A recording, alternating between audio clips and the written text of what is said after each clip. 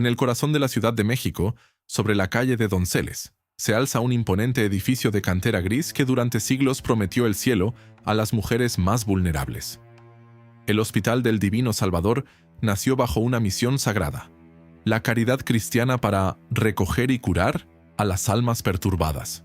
Pero detrás de esos relieves barrocos y patios señoriales se ocultaba una maquinaria de aniquilación burocrática que operó durante casi 300 años. Aquí, la cordura no se medía con ciencia, sino con obediencia.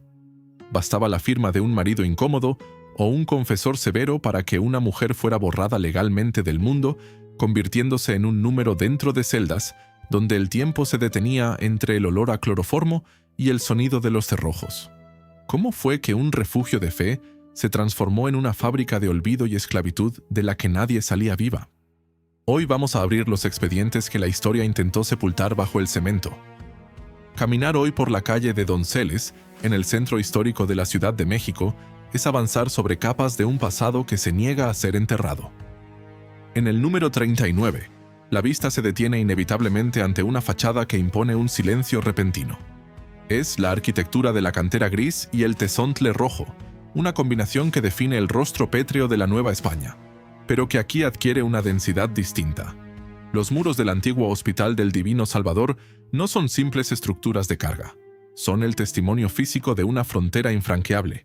Con un grosor que en sus bases supera el 1,5 metros de ancho, estas paredes fueron diseñadas para que el sonido no escapara, para que la locura femenina tuviera un contenedor hermético donde la sociedad pudiera depositar sus vergüenzas y luego tirar la llave. La historia de este sitio comienza con un gesto que la historiografía oficial califica de heroico, pero que visto bajo la lupa del análisis institucional revela el primer engranaje de una maquinaria de control. En el año de 1687, un carpintero llamado José de Sáyago, cuya vivienda se encontraba frente a la iglesia de la Santísima, comenzó a recoger en su casa a mujeres que deambulaban por las calles, desorientadas o fuera de juicio. Lo que empezó como un acto de caridad individual en una habitación pequeña, pronto atrajo la atención del poder eclesiástico. El arzobispo Francisco de Aguiar y Seijas, un hombre conocido por su misoginia extrema y su obsesión por el orden moral, vio en la iniciativa de Sáyago la oportunidad perfecta para institucionalizar el encierro. No se trataba de sanar, sino de recoger. En el lenguaje de la época, el término recogimiento era un eufemismo para la exclusión total de aquellas mujeres que no encajaban en los roles de esposa abnegada o monja silenciosa.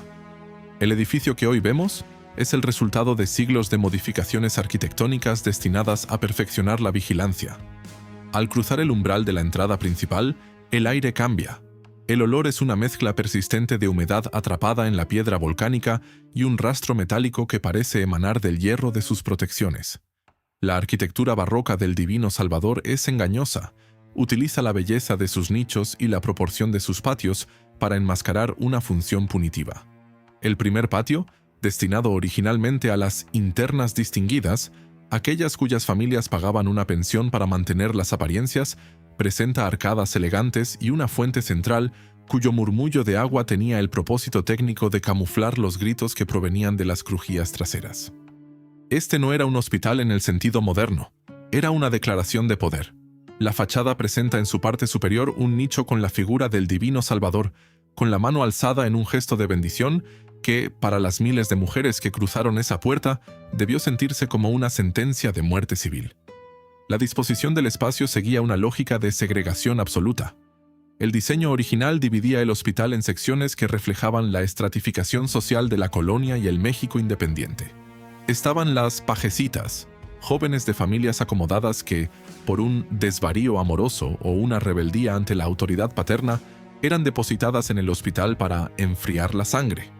Por otro lado, estaban las de caridad, mujeres pobres, indígenas y mestizas, que eran hacinadas en los patios más profundos, donde la luz del sol apenas llegaba 2 horas al día debido a la altura de los muros circundantes.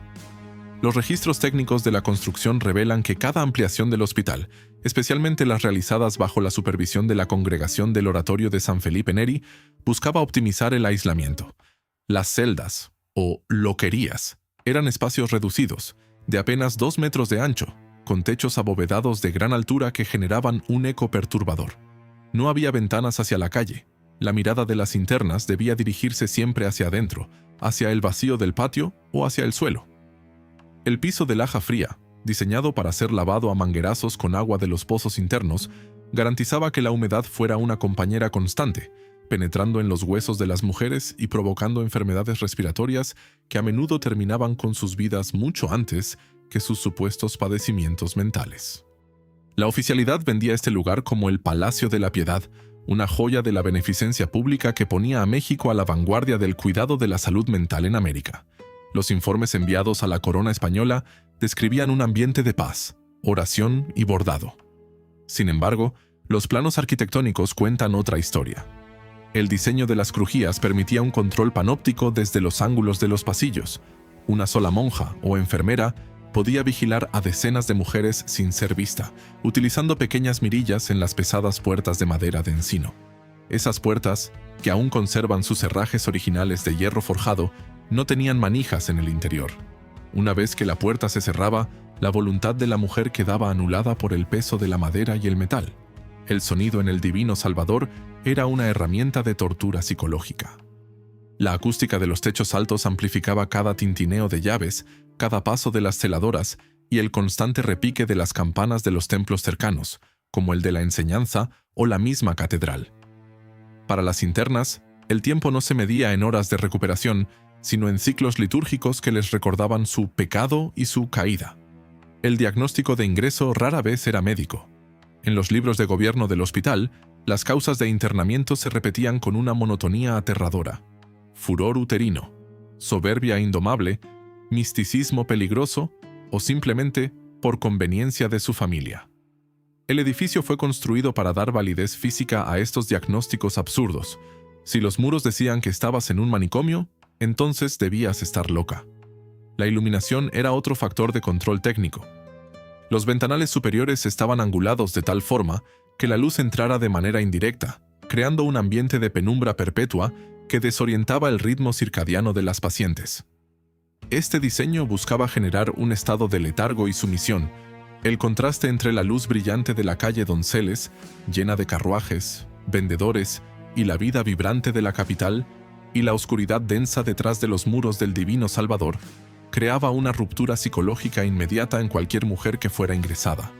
El mensaje de la arquitectura era claro: has dejado de pertenecer al mundo de los vivos.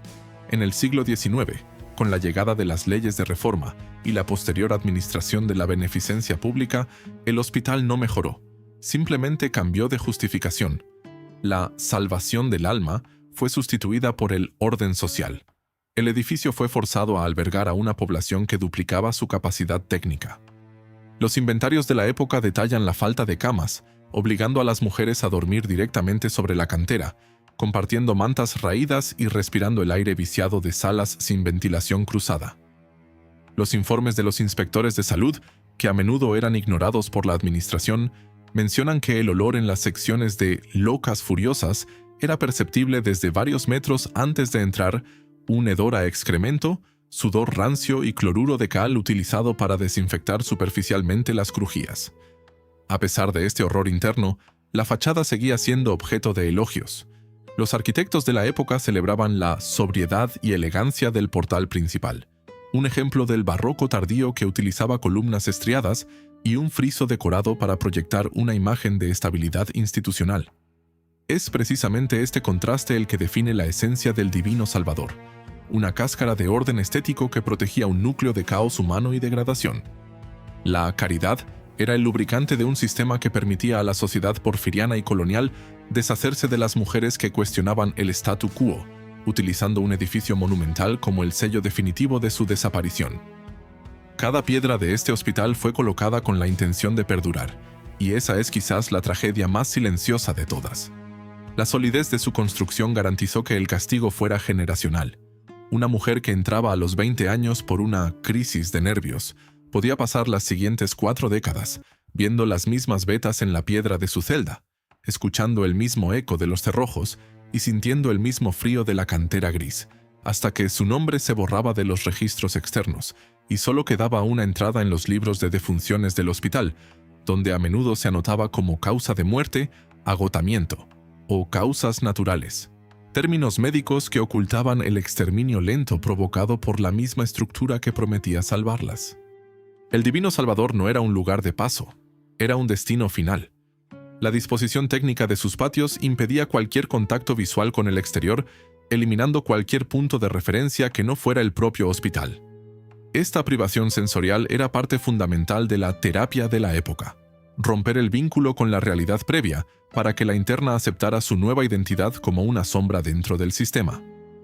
La majestuosidad del edificio servía para intimidar a la paciente, desde el momento en que sus pies tocaban el patio de entrada, recordándole que ella era pequeña, frágil y errada, frente a la inmutabilidad y la fuerza de la iglesia y el Estado representados en esa mole de piedra. Incluso los elementos ornamentales tenían una función psicológica. Las gárgolas y los remates de cantera no solo evacuaban el agua de lluvia, poblaban las pesadillas de las internas, quienes, en sus estados de delirio inducidos por el aislamiento y la mala alimentación, veían en esas figuras de piedra a los vigilantes eternos de su cautiverio. El Hospital del Divino Salvador fue, en definitiva, el primer experimento a gran escala de cómo la arquitectura puede ser utilizada como una herramienta de tortura pasiva, un monumento a la fe que se alimentaba de la desesperación de aquellas a quienes juraba proteger. La fachada sigue ahí, hermosa y terrible, ocultando el hecho de que bajo sus pies, la tierra está saturada con la memoria de miles de mujeres cuyas voces fueron sofocadas por el peso de la cantera. El mecanismo de ingreso al Hospital del Divino Salvador no comenzaba en sus puertas, sino en la penumbra de las alcobas familiares y en los despachos de los jueces de paz. Cruzar el umbral de Donceles 39 no era un acto médico, sino una ejecución burocrática de la identidad. Para una mujer en el México del siglo XVIII o XIX, la libertad era una concesión revocable. El proceso se activaba mediante un documento técnico conocido como la solicitud de reclusión, un artefacto legal que permitía a cualquier figura de autoridad masculina, padre, esposo, hermano o incluso un tutor nombrado por la Junta de Beneficencia, declarar la incapacidad mental de una mujer sin necesidad de una evaluación psiquiátrica externa o un juicio contradictorio. La ley de la época, bajo el concepto de la interdicción, permitía que una mujer fuera considerada un objeto jurídico, una propiedad que, al volverse disfuncional o incómoda, podía ser depositada en el hospital como quien deja un mueble roto en un almacén. Una vez que el carruaje se detenía frente a la pesada puerta de madera, el ritual de despersonalización era inmediato y quirúrgico. El primer contacto técnico era con el libro de asientos, un registro de gran formato encuadernado en piel de cerdo que hoy reposa en los archivos históricos, cuyas páginas amarillentas conservan el rastro de una caligrafía perfecta que documentaba la destrucción de vidas humanas. En este libro, la interna dejaba de tener apellidos que denotaran linaje para ser clasificada bajo rúbricas de control: edad, origen, estado civil y, lo más crucial, la causa moral de su locura. Los diagnósticos que se leen en estos folios son un catálogo del absurdo científico: ninfomanía por lectura de novelas, delirio de persecución religiosa, histerismo por viudez o abandono de los deberes domésticos. Estos no eran términos médicos, sino etiquetas de control social diseñadas para patologizar la disidencia femenina. Si una mujer decidía no casarse, si leía demasiado, si cuestionaba la administración de los bienes familiares o si simplemente sufría de una depresión posparto que nadie sabía nombrar, el sistema la etiquetaba como enajenada. El proceso de admisión incluía el despojo físico, un paso técnico fundamental para quebrar la voluntad. Las mujeres eran conducidas a un cuarto de recepción de techos bajos, donde se les retiraban sus ropas civiles. Las sedas, los encajes y las mantillas que definían su estatus en el exterior eran confiscados y, en muchos casos, vendidos o subastados para cubrir los costos del hospital, dejando a la interna con un solo uniforme: una túnica de manta basta, de color crudo, diseñada para ser idéntica a la de las demás. Este acto de despojo no era trivial, era la anulación visual del individuo. A partir de ese momento, la mujer ya no era la señora de tal, sino la interna número 412. El inventario de sus pertenencias personales, un escapulario, un peine de carey, una carta doblada, se anotaba con frialdad en un pliego aparte, objetos que rara vez volvían a manos de sus dueñas. La arquitectura del control se manifestaba en el Reglamento Interno para el Régimen de las Locas, un documento de una rigidez militar que regía cada segundo de la existencia dentro de los muros. El silencio era la norma absoluta. Se creía, bajo la influencia de la psiquiatría moral europea, que el ruido excitaba los nervios y alimentaba el delirio, por lo que las internas tenían prohibido hablar entre ellas durante las horas de trabajo o en los dormitorios comunes. Las comunicaciones debían limitarse a lo estrictamente necesario y siempre en presencia de una celadora o una hermana de la caridad. El sonido predominante no era la voz humana, sino el repique de una pequeña campana de bronce que marcaba el inicio de la oración, el inicio de la comida, el inicio del trabajo y el inicio del descanso. Este sistema de señales auditivas buscaba mecanizar el comportamiento de las mujeres, reduciéndolas a autómatas que respondieran a estímulos externos en lugar de a sus propios pensamientos. El espacio físico del hospital funcionaba como un filtro de degradación. Tras la recepción, la interna era sometida al baño de ingreso, un procedimiento que se realizaba en tinas de piedra volcánica con agua extraída directamente de los pozos del primer patio. El agua rara vez estaba templada. Se utilizaba el choque térmico como un método para sosegar los ánimos exaltados. Este no era un acto de higiene, sino un ejercicio de poder. Las mujeres eran talladas con estropajos de fibra gruesa y lejía, un agente químico que dejaba la piel irritada y un olor a cloro que se convertía en la fragancia permanente del lugar. Tras el baño, se les cortaba el cabello de manera rudimentaria, eliminando cualquier rasgo de vanidad o identidad personal. La imagen que el espejo, si es que alguno sobrevivía en los pasillos, devolvía era la de una extraña, una figura desdibujada que ya pertenecía por completo a la institución. El aislamiento no era solo físico, sino legal y afectivo. Una vez dentro, el mundo exterior desaparecía por diseño. El reglamento estipulaba que las visitas estaban estrictamente controladas y podían ser suspendidas por tiempo indefinido si el médico de turno o la superiora consideraban que la interna estaba agitada. Esto creaba un vacío legal perfecto. La familia podía olvidarse de la mujer y la mujer perdía cualquier medio de denuncia sobre los abusos internos. Las cartas que las internas escribían eran interceptadas y sometidas a la censura de sanidad.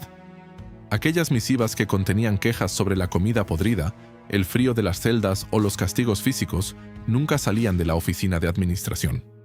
Terminaban en los expedientes como pruebas adicionales de la paranoia o la ingratitud de la paciente.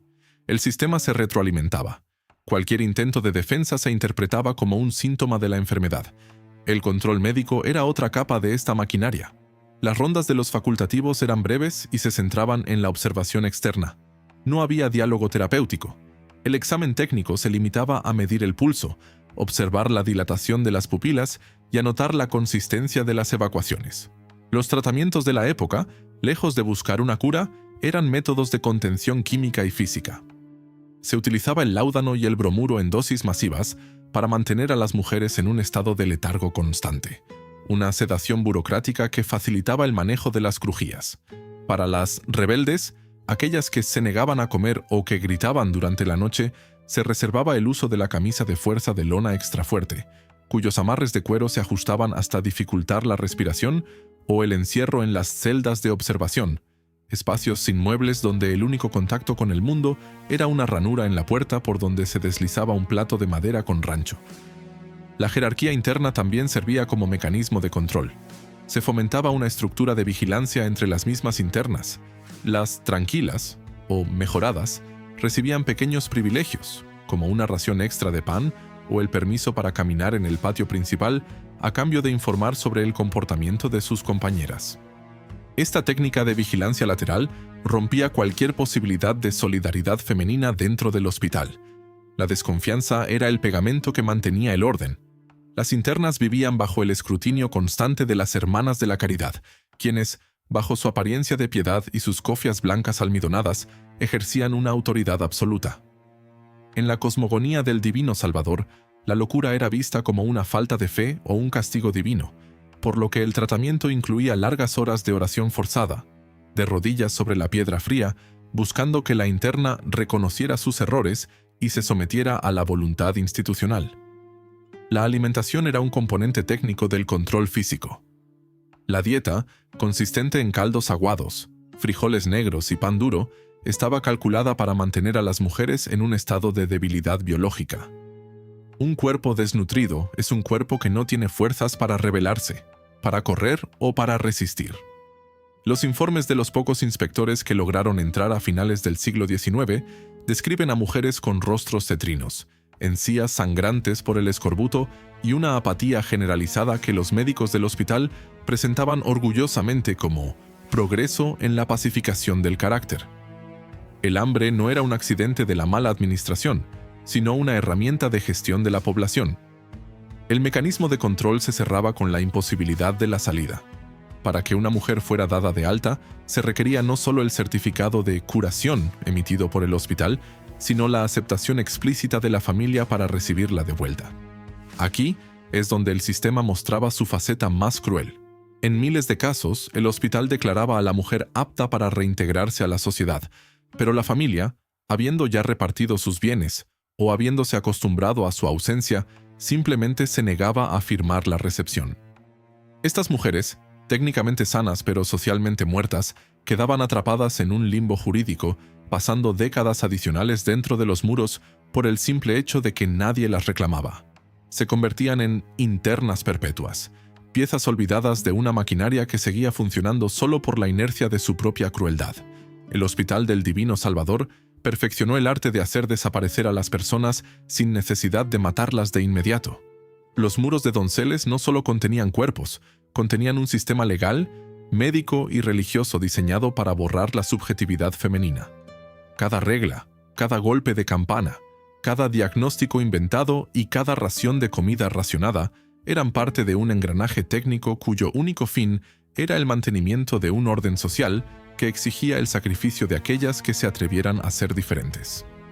La historia de estas mujeres no es la de una tragedia médica, sino la de un crimen administrativo perpetrado a plena luz del día, bajo el amparo de la ley y la bendición de la Iglesia. Detrás del discurso de la caridad y la salvación del alma, el Hospital del Divino Salvador operaba bajo una lógica contable que transformaba el sufrimiento en un activo financiero. La institución no era solo un depósito de cuerpos incómodos, era una maquinaria económica de alta precisión que sabía capitalizar el estigma de la locura.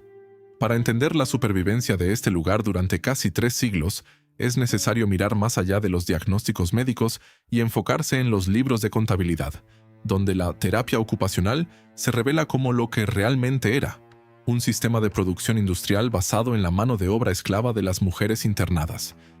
El hospital funcionaba bajo un modelo de autogestión despiadado, donde el costo de mantenimiento de una interna era inversamente proporcional a la riqueza que su trabajo generaba para la institución. El motor central de esta economía era el taller de costura y bordado, una operación de gran escala que ocupaba las crujías más iluminadas del segundo patio. Bajo la supervisión técnica de las Hermanas de la Caridad, cientos de mujeres, muchas de ellas diagnosticadas con melancolía o delirios leves, pasaban entre 12 y 14 horas al día encorvadas sobre bastidores de madera. La producción no era para uso interno del hospital. Los registros de salida de mercancía detallan la entrega sistemática de manteles finos, ornamentos litúrgicos bordados con hilos de oro y plata y lencería delicada destinada a las familias más ricas de la Ciudad de México. El contraste era absoluto.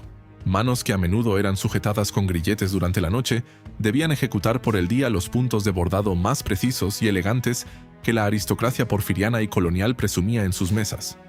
La pacificación, del carácter que los médicos celebraban en sus informes, era, en realidad, el agotamiento físico extremo de mujeres cuyos dedos terminaban deformados por la artritis y las pinchaduras constantes de las agujas. Esta producción textil se comercializaba a través de un sistema de pedidos que convertía al hospital en un proveedor de lujo. No había salarios, ni siquiera incentivos mínimos. La ganancia neta de estas ventas se integraba al fondo de la Junta de Beneficencia, pero rara vez se reflejaba en la calidad de vida de las internas. Mientras el hospital acumulaba capital por la venta de estos trabajos, las raciones de comida para las trabajadoras se mantenían en el límite técnico de la supervivencia. Los informes de gastos ordinarios del siglo XIX muestran cifras ridículas destinadas a la proteína animal. La dieta se basaba en el atole de descarte y el pan de munición, un tipo de pan endurecido que se compraba por volumen a las panaderías locales porque ya no era apto para la venta al público. La economía del Divino Salvador se basaba en este diferencial. ingresos de alta gama producidos con costos de insumos humanos prácticamente nulos. Otro pilar fundamental del lucro institucional era la lavandería masiva. En el patio de las lavanderas, el ambiente era una cámara de vapor y químicos que destruía los pulmones de las internas en pocos años. Aquí, el hospital ofrecía servicios de lavado y blanqueado para otros conventos, colegios y hospitales generales. El proceso técnico era brutal. Las mujeres debían tallar pesadas mantas de lana y sábanas de lino en grandes piletas de piedra volcánica, utilizando lejía concentrada y jabones alcalinos que devoraban la piel de sus manos.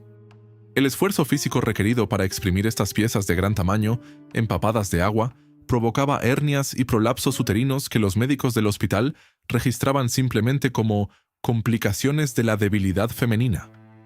El sonido del golpeteo de la ropa contra la piedra era el metrónomo de una fábrica que no se detenía nunca, generando una renta constante que permitía a la institución mantener su autonomía frente a los vaivenes políticos del país. Pero el ingreso más oscuro y menos documentado provenía del sistema de pensionistas. Las familias acomodadas que deseaban ocultar a una hija o esposa por razones de herencia o deshonra pagaban una dote de entrada y una mensualidad estipulada. Técnicamente, estas mujeres tenían derecho a una celda individual y una alimentación distinguida. Sin embargo, los inventarios internos revelan que la administración aplicaba una economía de escala fraudulenta. Se cobraba por servicios que nunca se entregaban. Se facturaba vino de consagración, carne de res y asistencia espiritual personalizada, mientras que las pensionistas terminaban consumiendo la misma dieta degradada que las internas de caridad. En caso de fallecimiento, el hospital tenía una cláusula técnica de beneficiario final, lo que significaba que cualquier bien mueble, joya o dinero que la interna tuviera en su poder al momento de morir, pasaba automáticamente a ser propiedad de la institución. El Divino Salvador no solo cobraba por encerrar a las mujeres, cobraba por verlas morir y heredaba lo poco que les quedaba. La infraestructura del edificio estaba diseñada para maximizar este rendimiento económico. El torno de suministros, en la entrada lateral, no era solo para recibir alimentos, sino para dar salida confidencial a la producción de los talleres sin que el público viera quiénes eran las artesanas.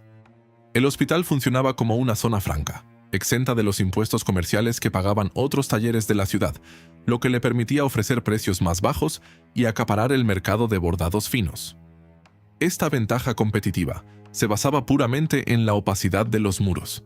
Nadie preguntaba por las condiciones de producción mientras el encaje fuera perfecto y el precio fuera competitivo. La fe y la locura eran los velos perfectos para un taller de sudor que operaba bajo el amparo de la cruz. Incluso la muerte tenía una función económica.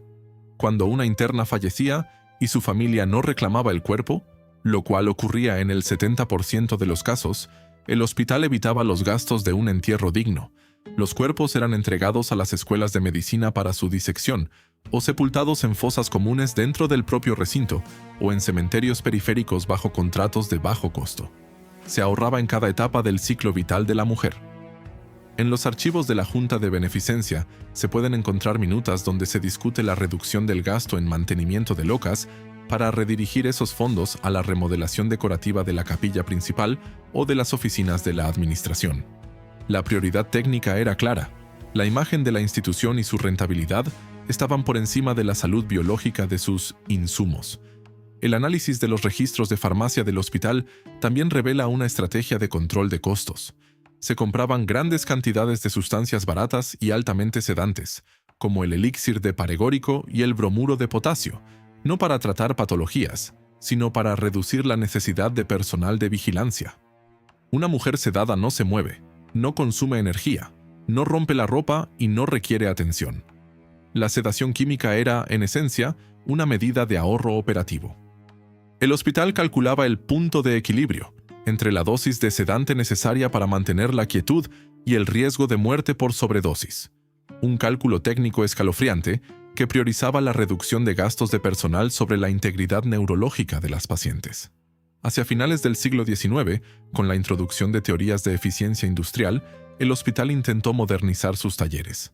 Se introdujeron máquinas de coser mecánicas, pero esto no alivió el trabajo de las internas. Por el contrario, aumentó las cuotas de producción exigidas. Los informes de las superioras mencionan con orgullo cómo la laboriosidad de las internas había aumentado, omitiendo que este aumento se lograba mediante la privación de sueño y el castigo físico. Si una mujer no cumplía con su cuota de bordado, se le retiraba la ración de pan vespertina o se le confinaba en las celdas de castigo, donde la oscuridad total se utilizaba para quebrantar la pereza. La locura se convirtió así en el pretexto legal para una explotación que, de haber ocurrido fuera de esos muros, habría sido denunciada incluso bajo los estándares laborales de la época. El divino Salvador se sostenía sobre este abismo, un flujo constante de capital proveniente de dotes familiares, subsidios estatales capturados y la venta de productos de lujo, contrastando con una realidad interna de inanición y agotamiento. La arquitectura del hospital, con sus patios divididos y sus talleres ocultos, era la encarnación física de un modelo de negocio que prosperaba en el secreto. Cada puntada en un mantel de altar, cada sábana restregada contra la piedra, cada dote familiar absorbida por la tesorería, construía la solidez de una institución que no servía al divino Salvador, sino a la acumulación de riqueza a través de la destrucción programada de la voluntad femenina.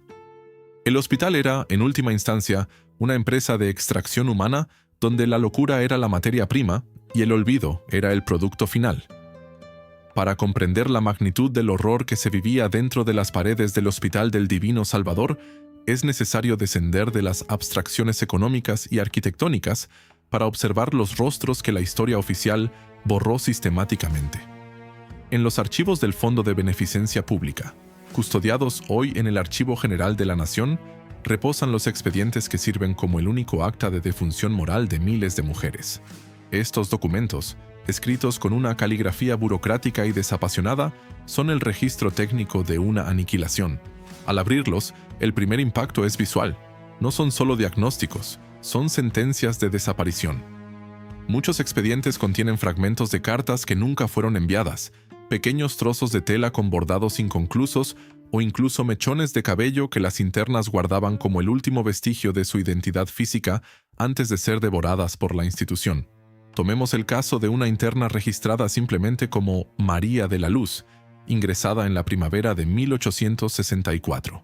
Su expediente, el número 284-C, es un testimonio brutal de cómo la estructura legal y médica se confabulaban para destruir la disidencia femenina. María no fue llevada al hospital por una patología psiquiátrica reconocible bajo ningún estándar científico, ni siquiera de la época. Su pecado, anotado en el margen del acta de ingreso por el médico de turno, fue la lectura pertinaz de literatura subversiva y desobediencia al mandato del cónyuge. A los 24 años, María fue declarada enajenada porque se negaba a firmar la cesión de unos terrenos que formaban parte de su dote matrimonial.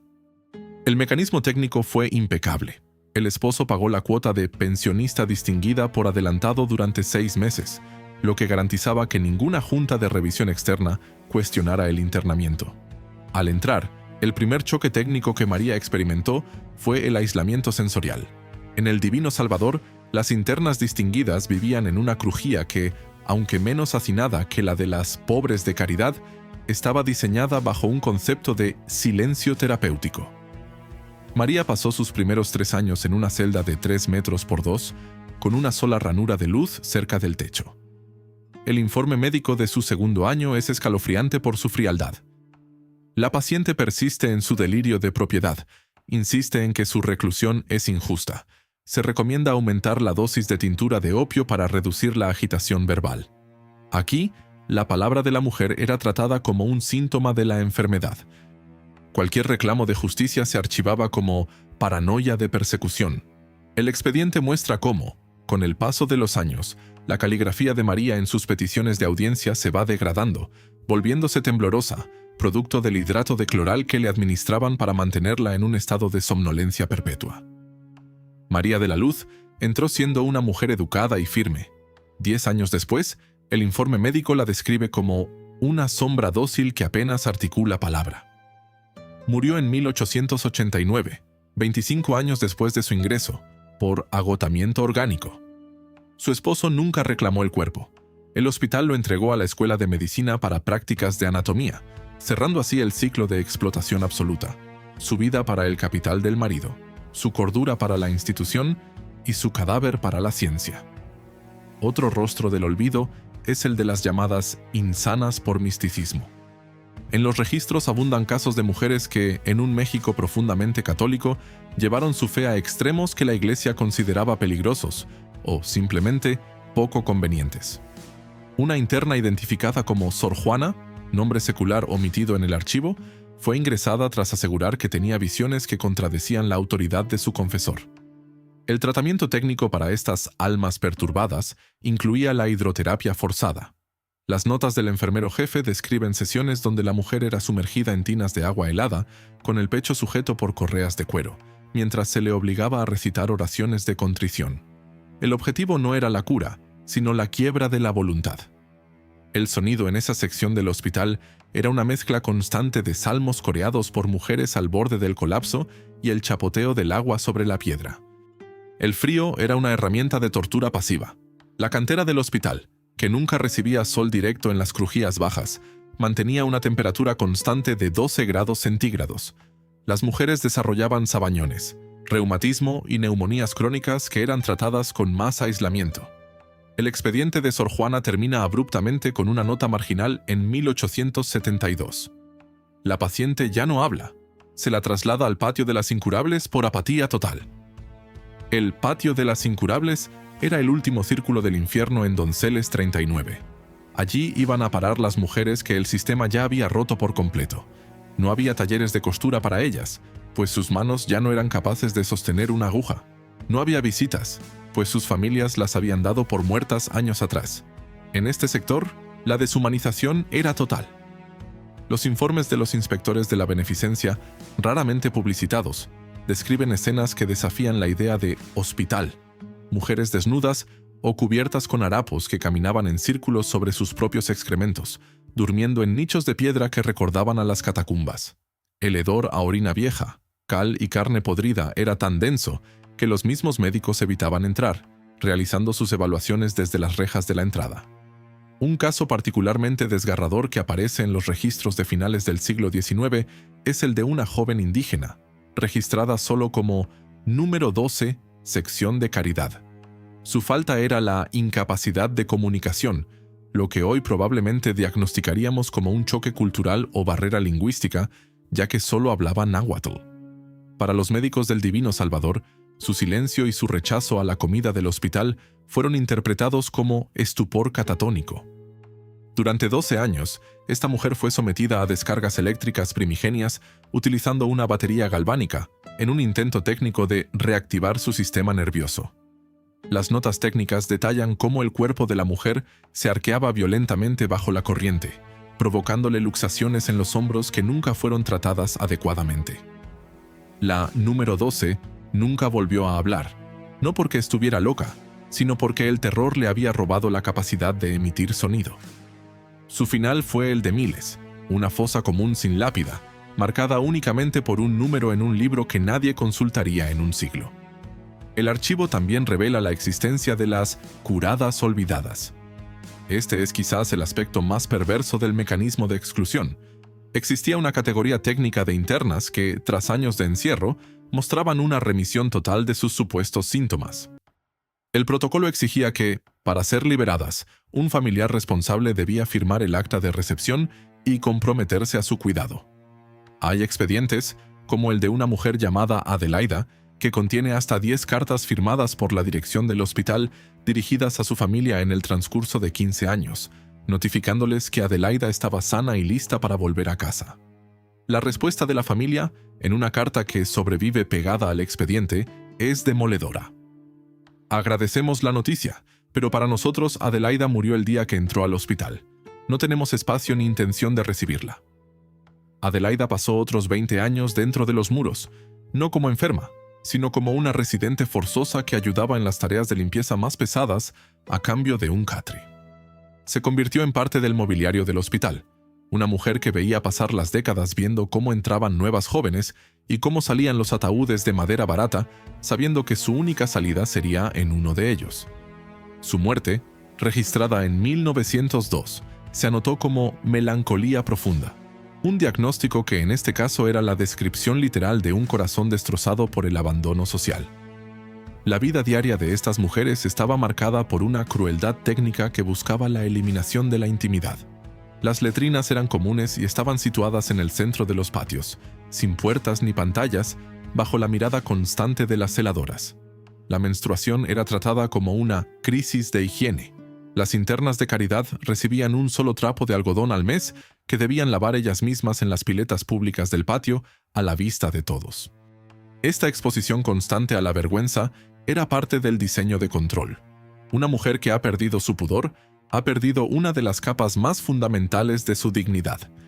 Los informes de las Hermanas de la Caridad mencionan a menudo el uso de la disciplina de azotes para corregir a aquellas internas que intentaban cubrirse o que mostraban resistencia a los exámenes ginecológicos invasivos que los médicos realizaban como parte de sus investigaciones sobre el furor uterino.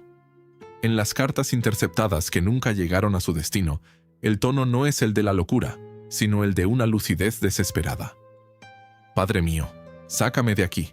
El frío de las piedras me está llegando al alma y el ruido de las cadenas no me deja dormir.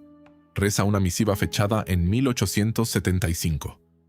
Otra mujer escribía a su hijo: No creas lo que te han dicho de mí. No estoy enferma, solo estoy triste porque me han quitado tu luz. Pide a los doctores que me dejen verte un minuto.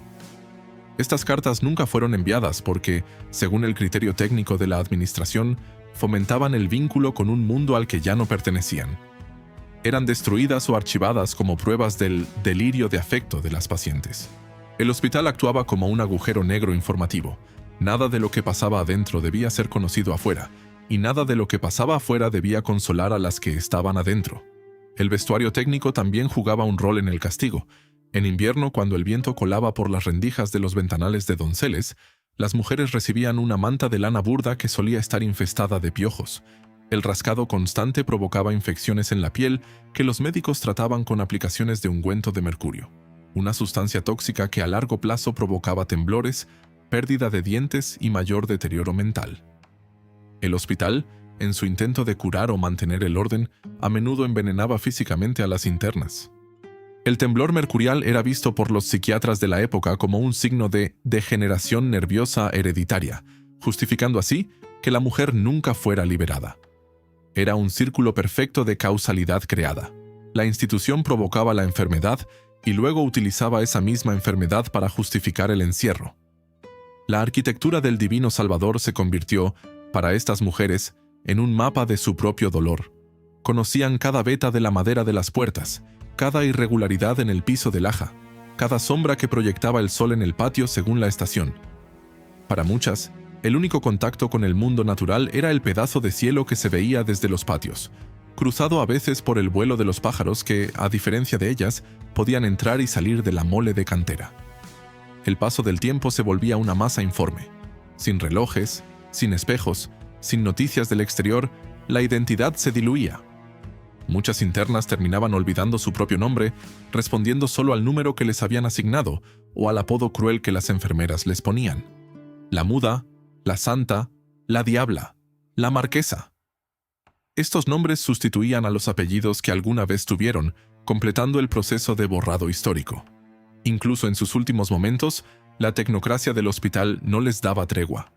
El proceso de agonía se vivía en la sala de agonizantes, un espacio donde las mujeres eran trasladadas cuando el médico determinaba que ya no tenían utilidad económica ni posibilidades de mejora. Allí, sin el consuelo de su familia, rodeadas solo por el murmullo de las oraciones de las monjas que ya esperaban el siguiente ingreso, las mujeres del Divino Salvador exhalaban su último aliento. El registro de defunción era el último acto de desprecio, una línea en un libro, una causa de muerte genérica y un sello de la beneficencia pública. Sus vidas, sus luchas, sus momentos de lucidez y su resistencia ante un sistema opresor quedaban sepultados bajo el peso de 3 siglos de archivos cerrados. Estas son las voces que el edificio de Donceles 39 intenta ocultar tras su fachada barroca, las voces de mujeres que no estaban locas, sino que fueron enloquecidas por una sociedad que prefirió encerrar su propia sombra antes que enfrentarse a la verdad de su crueldad. Cada expediente es un grito silencioso que todavía resuena en los pasillos vacíos del antiguo manicomio, recordándonos que el olvido es la forma más extrema de la violencia.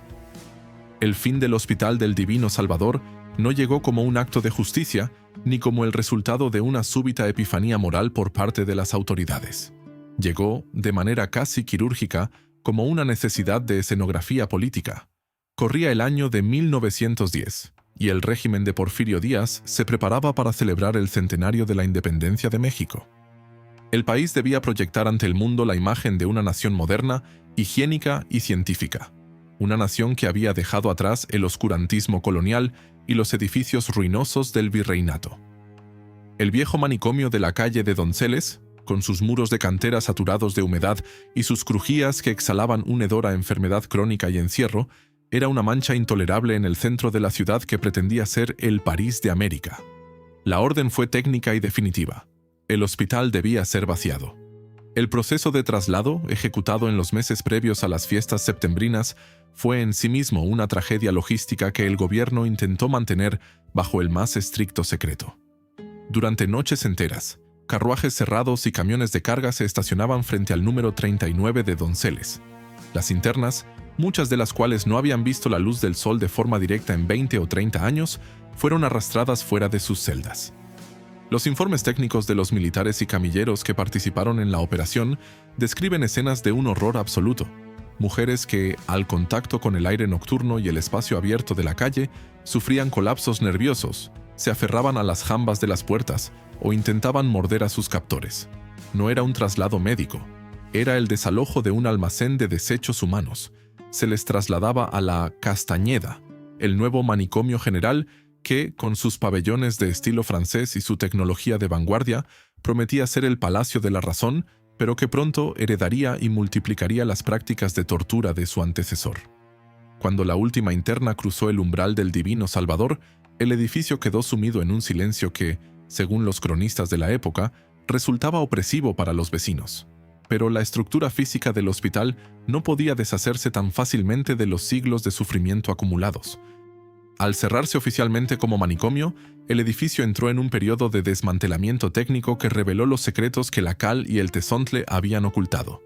Durante las primeras inspecciones para su reconversión, los ingenieros encontraron habitaciones que no figuraban en los planos oficiales, celdas tapiadas desde el exterior que contenían restos de mobiliario podrido, grilletes oxidados anclados directamente a la roca y canales de drenaje que no conducían a la calle, sino a pozos ciegos internos, que, al ser abiertos, revelaron una densidad orgánica que sugería décadas de depósitos no declarados.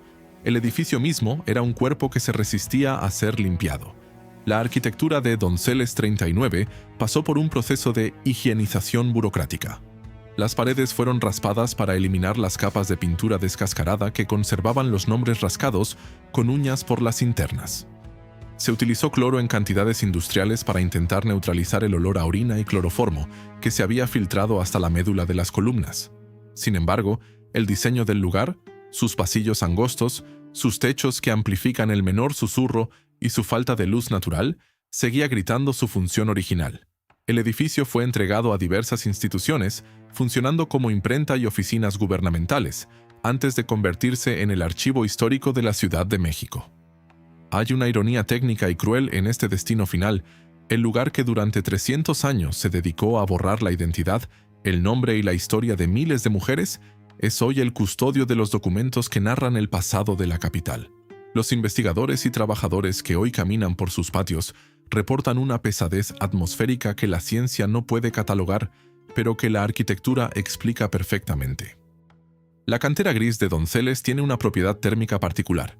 Absorbe el calor durante el día, pero nunca llega a calentar el interior de las antiguas crujías, manteniendo un frío húmedo y persistente que parece emanar del suelo.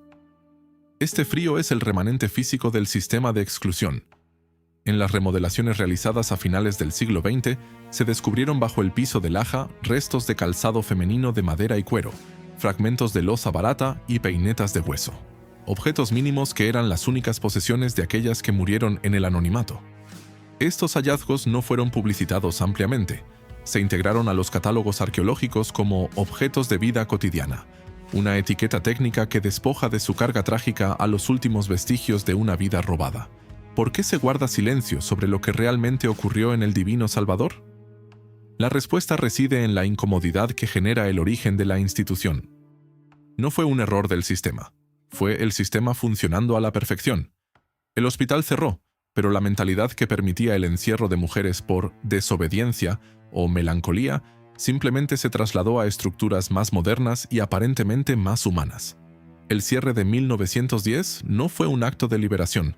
Muchas de las mujeres trasladadas a la Castañeda murieron en los primeros meses debido al choque del cambio y a las condiciones higiénicas del nuevo manicomio que, a pesar de sus fachadas monumentales, se saturó en menos de un año.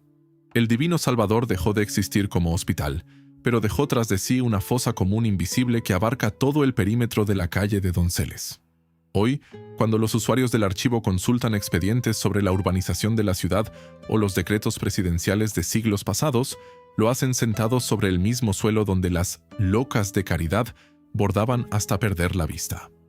La infraestructura del silencio ha funcionado tan bien que la mayoría de los transeúntes que admiran la fachada barroca del edificio ignoran que, bajo sus pies, la tierra está impregnada con el ADN de la desesperación. El olvido no fue accidental. Fue una política de Estado que comenzó con Porfirio Díaz y continuó a lo largo del siglo XX. Se prefirió hablar de la belleza arquitectónica del inmueble antes que del uso técnico que se le dio a cada uno de sus rincones. Las loquerías fueron convertidas en estanterías de libros, pero la distribución espacial sigue siendo la de un panóptico de castigo. El colapso del Divino Salvador como institución fue también el colapso de una forma de ver el mundo que consideraba a la mujer como una propiedad del Estado o de la Iglesia. Sin embargo, la ausencia de un reconocimiento oficial sobre las víctimas, una placa que nombre a las miles que allí perecieron, un monumento a la memoria de las olvidadas, demuestra que la sociedad mexicana aún no ha procesado este trauma histórico. El edificio permanece como un recordatorio mudo de que la caridad puede ser la máscara más efectiva del horror. Las voces de las internas, que durante siglos fueron sofocadas por el grosor de los muros y la censura de las cartas, hoy solo pueden ser recuperadas a través de la lectura entre líneas de los mismos expedientes que las condenaron. La realidad técnica de Donceles 39 hoy es la de un espacio congelado. A pesar de las luces eléctricas y los sistemas de climatización para proteger el papel, el ambiente sigue siendo el de una clausura.